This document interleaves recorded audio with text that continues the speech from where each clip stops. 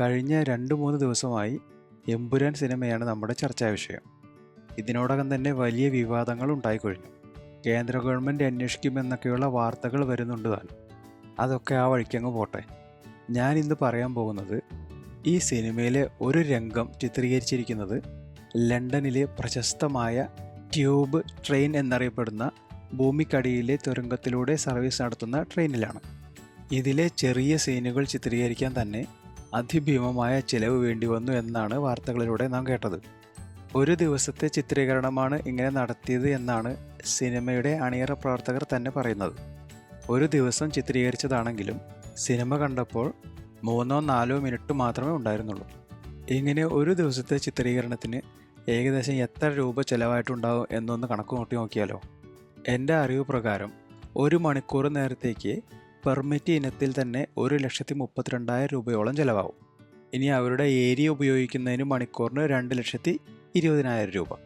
ഇനി സ്റ്റാഫുകളുടെ മേൽനോട്ടത്തിനും മറ്റുമായി മണിക്കൂറിന് ഏകദേശം 8,000 രൂപയോളം വരും. ഇങ്ങനെ ഒരു 10 പേരെങ്കിലും ചുരുങ്ങിയത് ഉണ്ടായിട്ടുണ്ടാകും എന്ന് വിചാരിക്കാം. അപ്പോൾ 80,000 രൂപയായി. ഇനി ഇതിനെല്ലാം പുറമെയാണ് ഇലക്ട്രിസിറ്റി ചാർജും ക്ലീനിങ് ഉൾപ്പെടെയുള്ള മറ്റു ചിലവുകൾ. ഇതെല്ലാം 1 മണിക്കൂർ നേരത്തേക്കുള്ള ചിലവുകളാണ്. ഇത് ഒരു ദിവസത്തേക്ക് കണക്കാക്കിയാൽ ഏകദേശം 70-75 ലക്ഷം രൂപയോളം വരും. ഇതിൻ്റെ എല്ലാം കൂടെ ഇന്ത്യയിൽ നിന്ന് ലണ്ടനിലേക്കുള്ള യാത്രാ ചിലവുകളും താമസ ചിലവുകളും എല്ലാം കൂട്ടി നോക്കിയാൽ ഏകദേശം 1 കോടി രൂപയുടെ അടുത്തെങ്കിലും എത്തിയിട്ടുണ്ടാവും. ഇതിലെ അത്ഭുതം എന്ന് പറയുന്നത് ഇത് 3-4 മിനിറ്റ് മാത്രമുള്ള ഒരു സീനിന് വന്ന ചിലവ് മാത്രമാണ്. ഇങ്ങനെ നോക്കിയാൽ ഈ സിനിമയ്ക്ക് ഏകദേശം 200 കോടിയുടെ ചിലവുണ്ടെന്ന് പറഞ്ഞതിൽ അത്ഭുതപ്പെടാനില്ല. ഇനി തൽക്കാലത്തേക്ക് സിനിമ നമുക്ക് മറക്കാം.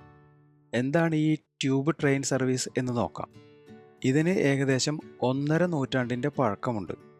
എഞ്ചിനീയറിംഗ് അത്ഭുതത്തിൻ്റെയും സാംസ്കാരിക പ്രാധാന്യത്തിൻ്റെയും നഗരപരിണാമത്തിൻ്റെയും സാക്ഷ്യമായി ഇന്നും നിലകൊള്ളുന്നു.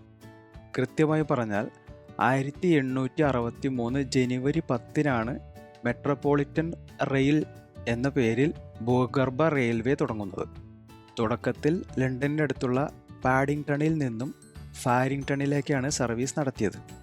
ഇതിൻ്റെ വിജയത്തെ തുടർന്ന് പിന്നീട് ലണ്ടൻ നഗരത്തിൻ്റെ പല ഭാഗങ്ങളിലേക്കുമായി വ്യാപിപ്പിച്ചു. തുടക്കത്തിൽ നീരാവി എഞ്ചിനുകളായിരുന്നെങ്കിൽ ഇന്നത് വൈദ്യുതിയിലേക്ക് മാറി. കഴിഞ്ഞുപോയ 2 ലോക മഹായുദ്ധങ്ങളിലും ആയിരക്കണക്കിന് മനുഷ്യരുടെ ജീവൻ രക്ഷിച്ചത് ഈ ഭൂഗർഭ റെയിൽവേ പാതയാണ്. ഒരവസരത്തിൽ ബ്രിട്ടീഷ് മ്യൂസിയത്തിലെ പുരാവസ്തുക്കൾ വരെ ഇവിടെ സൂക്ഷിച്ചിരുന്നു. 1933 ഹാരി ബെക്ക് എന്ന ബ്രിട്ടീഷ് ടെക്നിക്കൽ ഡ്രാഫ്റ്റ്മാൻ ഈ ലണ്ടൻ ട്യൂബിൻ്റെ മാപ്പ് തയ്യാറാക്കി. ഇത് പിന്നീട് ലോകമെമ്പാടുമുള്ള നിരവധി ഗതാഗത ഡിസൈനുകൾക്ക് മാതൃകയായി. ട്യൂബ് സർവീസിന് ഇന്ന് ഏകദേശം 402 കിലോമീറ്റർ റെയിൽവേ പാതയുണ്ട്. 11 ലൈനുകളിലായി ഓടുന്ന ട്രെയിനുകൾക്ക് 272 സ്റ്റേഷനുകളുമുണ്ട്. ഇവിടെ കോണ്ടാക്ട്ലെസ് പേയ്മെൻറ്റ് സംവിധാനവും തത്സമയ യാത്രാ സേവന അപ്ഡേറ്റുകളും ലഭ്യമാണ്. ഇതിൽ തന്നെ ഭൂമിക്കടിയിൽ ഏറ്റവും താഴ്ചയിൽ നിർമ്മിച്ചിട്ടുള്ള സ്റ്റേഷനാണ് ഹാംസ്റ്റഡ് സ്റ്റേഷൻ. 58 മീറ്റർ താഴ്ചയിലാണ് ഇത് സ്ഥിതി ചെയ്യുന്നത്. ഇനി ഈ സ്റ്റേഷന് മറ്റൊരു പ്രത്യേകത കൂടിയുണ്ട്. 1665 പ്ലേഗ് മഹാമാരിയിൽ മരണപ്പെട്ട 1000-ലധികം മൃതദേഹങ്ങൾ അടക്കം ചെയ്തിരിക്കുന്ന വലിയ ഒരു കുഴിയിലാണ് ഈ സ്റ്റേഷൻ നിർമ്മിച്ചിട്ടുള്ളത്. ഇനി ഈ ട്യൂബ് സർവീസിൻ്റെ മൊത്തം വരുമാനത്തെക്കുറിച്ച് പറഞ്ഞാൽ ആഴ്ചയിൽ ശരാശരി 50 ലക്ഷത്തിലധികം ആളുകൾ യാത്ര ചെയ്യുന്നു. ടിക്കറ്റ് നിരക്കുകളിൽ നിന്നും മറ്റു പരസ്യങ്ങളിൽ നിന്നുമായി പ്രതിദിനം ഏകദേശം 332 കോടിയോളം രൂപ വരും വരുമാനം. സുരക്ഷയ്ക്ക് വളരെ പ്രാധാന്യം നൽകിക്കൊണ്ട് നിർമ്മിച്ചിരിക്കുന്ന ട്യൂബ് റെയിൽ സർവീസിൽ മികച്ച അഗ്നിശമന സേനയും സുരക്ഷാ ഉദ്യോഗസ്ഥരും സദാസമയം യാത്രക്കാരെ സഹായിക്കാനായി തയ്യാറായി നിൽക്കുന്നു. നമ്മുടെ എമ്പുരാന് പുറമെ നിരവധി പ്രശസ്തമായ സിനിമകൾ ഇവിടെ നിർമ്മിച്ചിട്ടുണ്ട്. Skyfall, 28 days later, Harry Potter എന്നീ ചിത്രങ്ങൾ അതിൽ ചിലത് മാത്രമാണ്.